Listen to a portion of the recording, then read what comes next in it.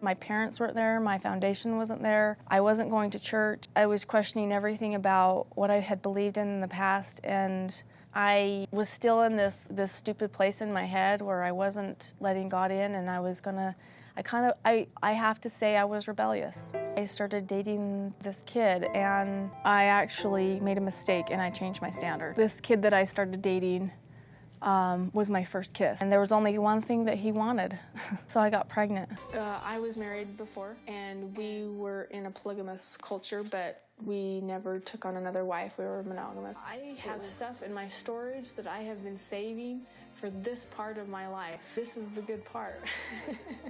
I'm here. I'm finally here.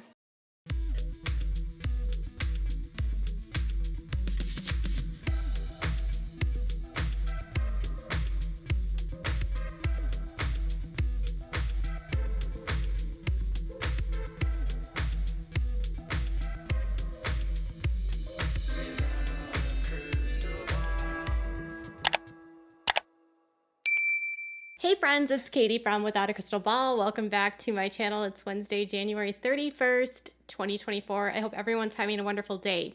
Robyn Brown and Robyn Brown's history and her debt and her behavior has always been a topic of conversation because, if anything, this woman does not tell the truth, in my opinion. And recently there's been a string of stories seemingly attacking Mary through the attacks on her boyfriend about her boyfriend's marriages, child support, debt that he had. And again, if this boyfriend is a bad guy that's trying to get her, then she'll figure it out.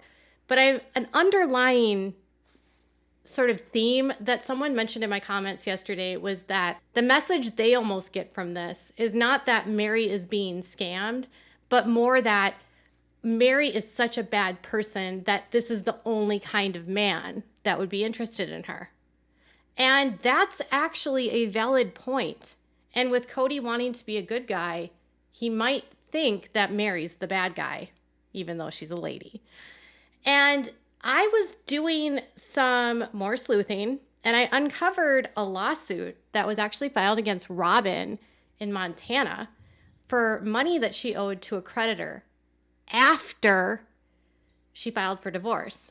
And it was money that was part of her divorce settlement. Now, if you remember, back I think in season 5 or 6, when they were building their houses, she had to work with a credit specialist to clean up her debt.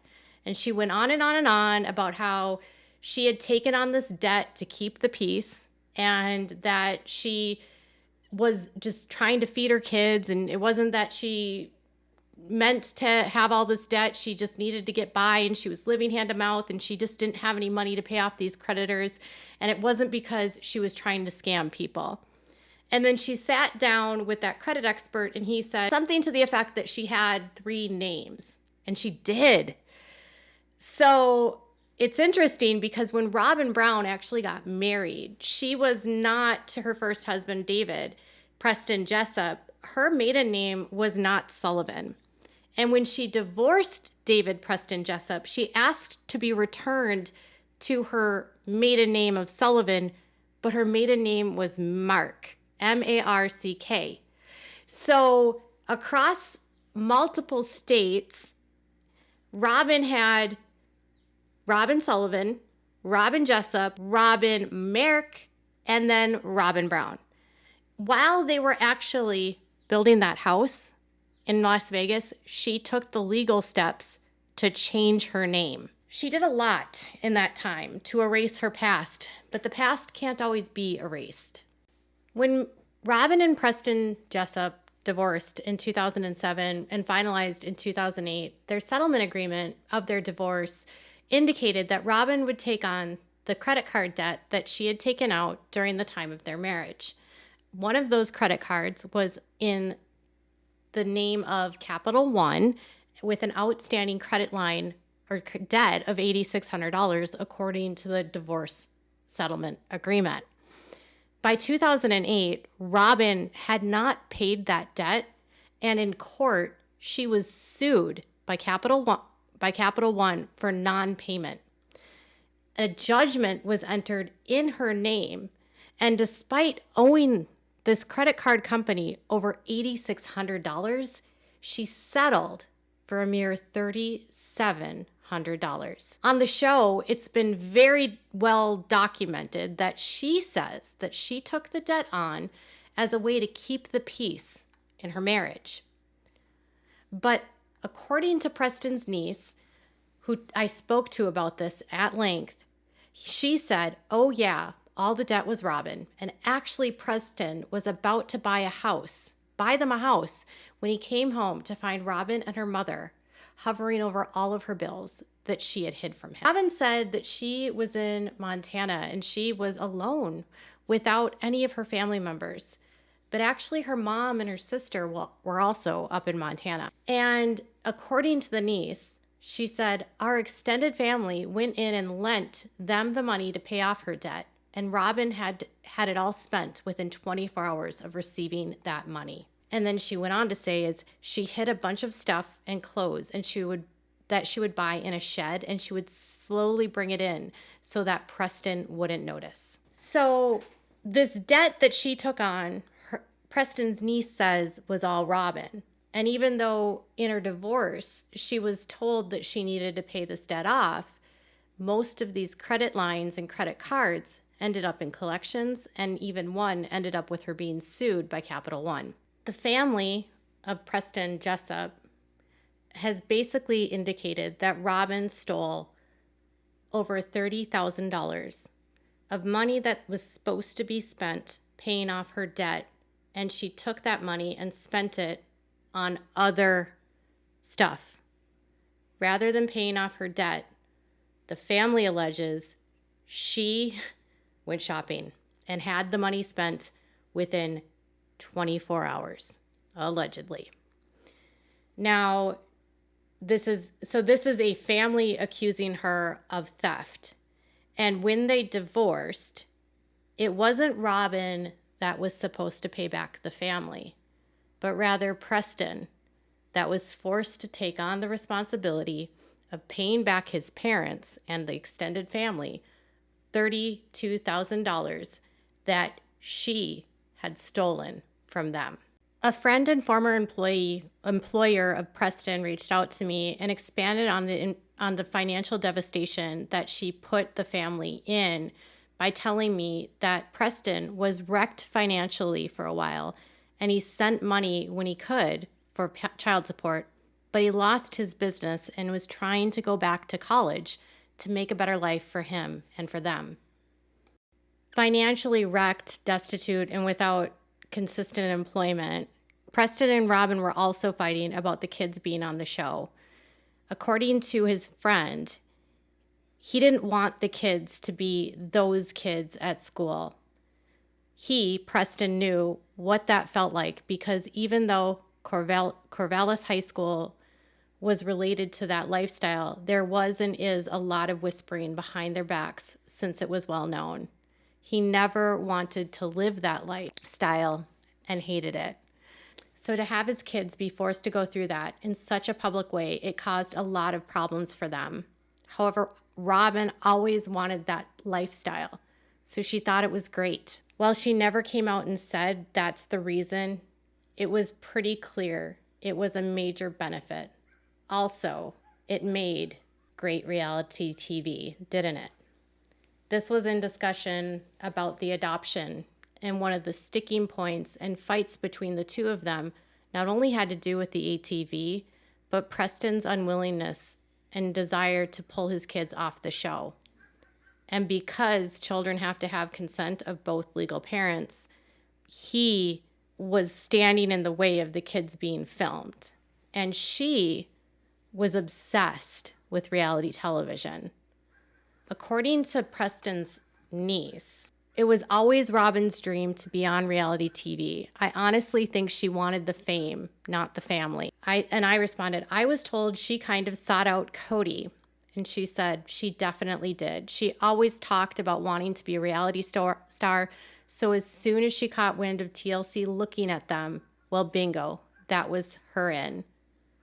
And I asked, so she knew that TLC was looking at them before she courted him? And his niece said, "Oh, of course." There was all these things in Robyn's past that she needed to hide. She needed to hide that she had run off with all the money. She needed to silence Preston and stop him from taking the kids off reality television. And so the solution, obviously, is to try to discredit him and smear him on the show and manipulate her kids to believe that their dad didn't love them and that it was in their best interest to be adopted by Kody. The niece said those poor kids have been so manipulated by their mother. Anytime they would be able to talk to their dad, they would cry about how much they missed him. It's honestly heartbreaking to watch. And then she went on to expand, she always pulled that crap. She would listen to their phone calls, and we could always tell when the kids were coached to say things. He did kind of give up after so long of getting no responses and never actually being able to talk to them.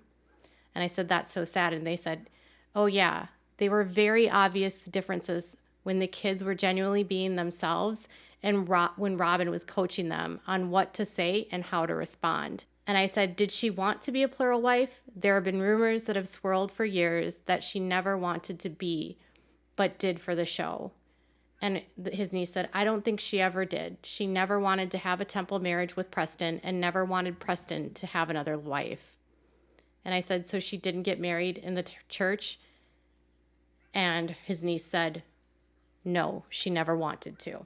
So Robyn's plan was to rack up debt for whatever reason, spend all kinds of money, steal money from Preston, and then to protect her image and to look like the pure good girl that was very chaste.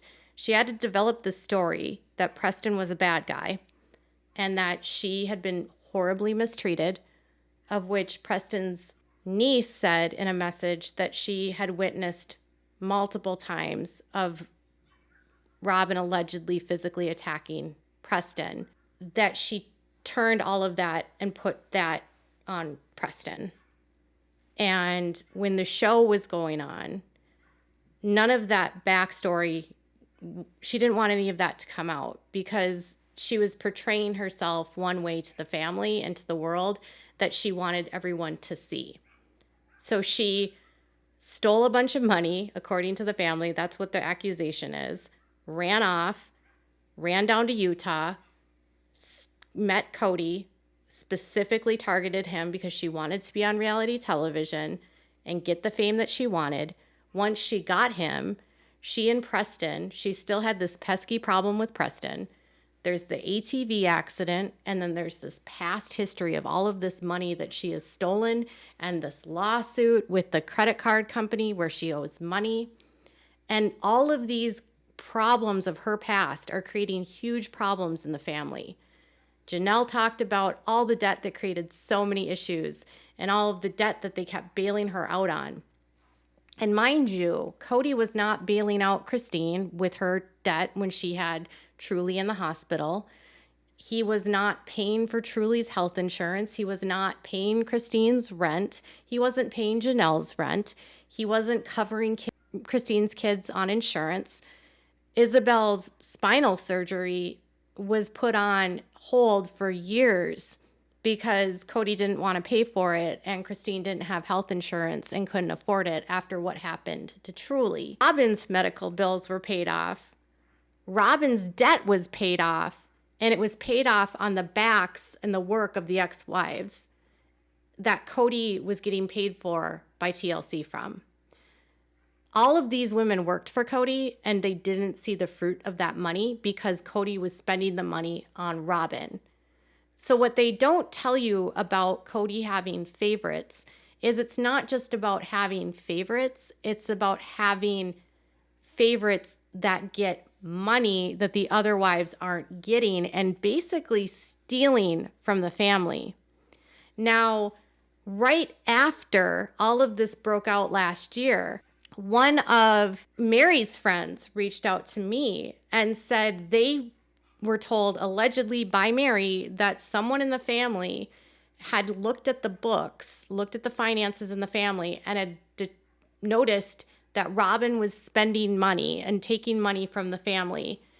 And when she was confronted by Kody, much like when the other family confronted her, she threatened to divorce Kody and take all of his money, and told her to go, and allegedly told him to go stay with the other wives, and that she'll leave and take everything and he'll never see a dime. So when Robyn was found out by Preston for spending money, she took off and also stole money. When Kody and the wives apparently confronted her, she threatened Kody allegedly, but Kody didn't do anything about it and the other wives left. So Preston didn't have the income and the resources, and Robyn has a show and a revenue stream for her shopping addiction.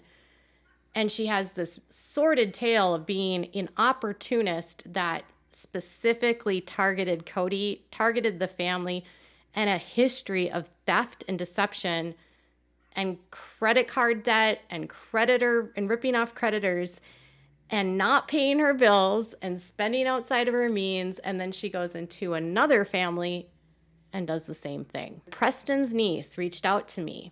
She said it was only a matter of time before Robyn's spending and her deception and her manipulation would ultimately cause massive problems in the Brown family. Preston's friend did not solely blame Robyn for the problems, but rather said it was the combination of Robyn and Kody coming together that was so combustible that destroyed the family.